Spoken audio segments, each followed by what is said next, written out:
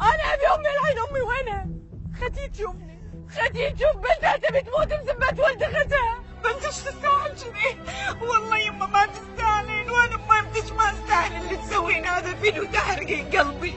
والله يما، والله في السماء، والله في السماء ما تخليه بس شعر بنتك، بس لا تحرقين قلب امي بتجاون عليك بعد عيني، لا تعورين قلبي عليك حبيبتي مروه امي انت. قال الرسول عليه الصلاة والسلام: من تردى من جبل فقتل نفسه فهو في نار جهنم يتردى فيها خالدا مخلدا فيها أبدا. الدنيا التافهة ما تسوى شيء يا مروة عند عذاب الآخرة في نار جهنم اللي ما له نهاية.